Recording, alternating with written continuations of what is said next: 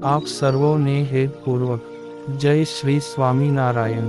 આજની સત્સંગ કથા વાર્તા નિજ મંદિર સાવરકુંડલા, પવિત્ર માઘ માસ અંતર્ગત આજની સત્સંગ કથા વાર્તામાં આપણે ચરિત્ર કથા અંતર્ગત ગામ વરતાલના બાપુભાઈ ને રણછોડ દાસની પ્રસંગ વાર્તા સાંભળશું।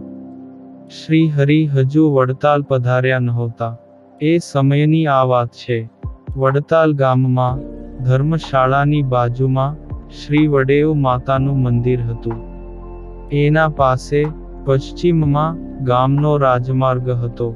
એ ધર્મશાળાની પાસે જ એક મેડીવાળું ને ખડકીવાળું જૂનું મકાન હતું। આ મેડીવાળા મકાનની હારે કેળાના કાંઠે જ એક બોરડીનું ઝાડ હતું, જ્યાં એક બદરિકાશ્રમના મુનિએ સંન્યાસી રૂપે આવીને આશ્રય કર્યો હતો। જે જગ્યાએ જ્યાં હાલ આપણા ધીંગા ધણી શ્રી લક્ષ્મી નારાયણ દેવનું મંદિર છે, તે સંન્યાસીને બોરડીએ ઉતરેલા જોઈ વરતાલના બાપુભાઈ અને તેના દીકરા રણછોડદાસ એમના દર્શને આવ્યા ને પ્રગટ ભગવાનના દર્શનની ઈચ્છા કહી।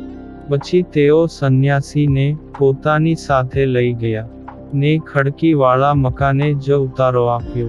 તે સંન્યાસી રોજ તળાવે નાહીને સંધ્યા કરે અને ઉચ્ચ સ્વરે ચોપાઈઓ ગાઈને રામાયણ ને પુરાણની કથા કરે તથા ગામમાં ભિક્ષા કરીને જમે ને નવરાશમાં ભગવાનનું ધ્યાન કરીને દિવસ પસાર કરે। આ જોઈને વરતાલ ગામના સહુ લોકોને ભાવ થયો, એટલે સહુ એમની કથા સાંભળવા પધારતા। સભામાં ગામના એક ભગવાન દાસભાઈ કરીને આંખેથી અંધ મુમુક્ષુ પણ આવતા એમને આ સંન્યાસીએ દેખતા કર્યા। એટલે ગામમાં તે સંન્યાસીનું મહાત્મ્ય વધવા માંડ્યું ને ગામ લોકો તો એમને કોઈ દેવતા સ્વરૂપ હોય એમ આદર આપવા માંડ્યા। પણ પાટીદાર બાપુભાઈ ને રણછોડદાસને પ્રગટ ભગવાન મળે એવો ખપ હતો। એટલે એક દિવસે બેઉ ફરીને પગે લાગી સંન્યાસીને પૂછ્યું કે તમે અમને પ્રગટ પ્રભુનો ભેટો કરાવો, અમને તો એમના દર્શન કરીને આ મનુષ્ય દેહ તરી જવાની ઈચ્છા છે। આવી બેઉની મુમુક્ષુતા જોઈને સંન્યાસી બોલ્યા કે હાલ અનંતકોટી બ્રહ્માંડના ધણી એવા પુરુષોત્તમ નારાયણ આ ધરા ઉપર અવતાર લઈ ચૂક્યા છે ને ફરતા ફરતા ગુજરાતમાં જ સોરઠમાં વિચરે છે। તે હમણાં જ બોચાસણ ગામે કાશીદાસ પટેલના ઘરે પધારશે। તમે એના ચરણમાં 16 ચિહ્નો હોય તો જ સાક્ષાત પૂર્ણ પુરુષોત્તમ નારાયણ જાણજો, એટલે તમારા આત્માનું શ્રેય થશે। બીજે દિવસે તે સંન્યાસી અંતર્ધ્યાન થઈ ગયા। ત્યારે રણછોડદાસે ને બાપુભાઈએ ઘણાય શોધ્યા, પણ જડ્યા જ નહીં। પછી ભગવાન શ્રી હરિ બોચાસણ ગામમાં કાશીદાસ પટેલના ઘરે પધાર્યા। ત્યારે વરતાલથી રણછોડદાસ ને બાપુભાઈ બેઉ સંન્યાસી ના વચને દર્શન કરવા માટે હોશે હોશે પધાર્યા। તે શ્રી હરિના દર્શન થતા જ બેઉને અંતરમાં અપાર શાંતિ થઈ ને પ્રગટ ભગવાન મળ્યાનો અહેસાસ થયો।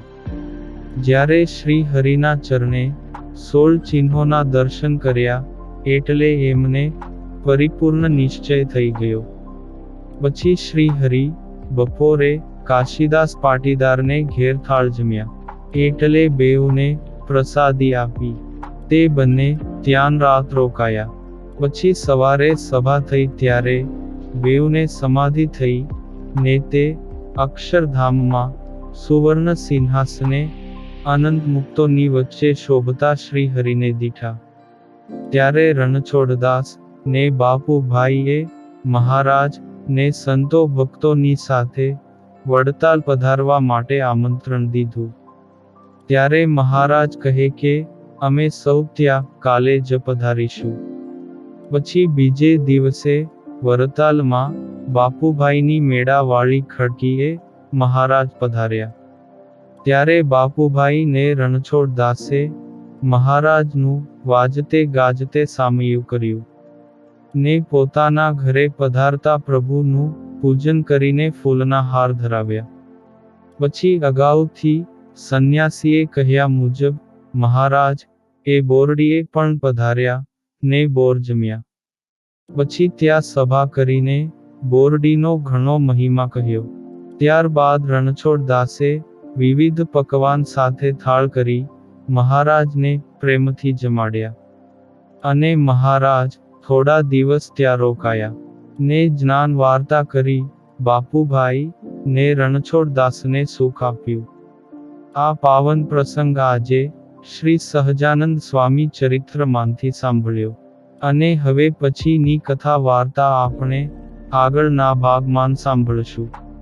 અત્યારે આપ સર્વોને ભાવથી જય શ્રી સ્વામિનારાયણ.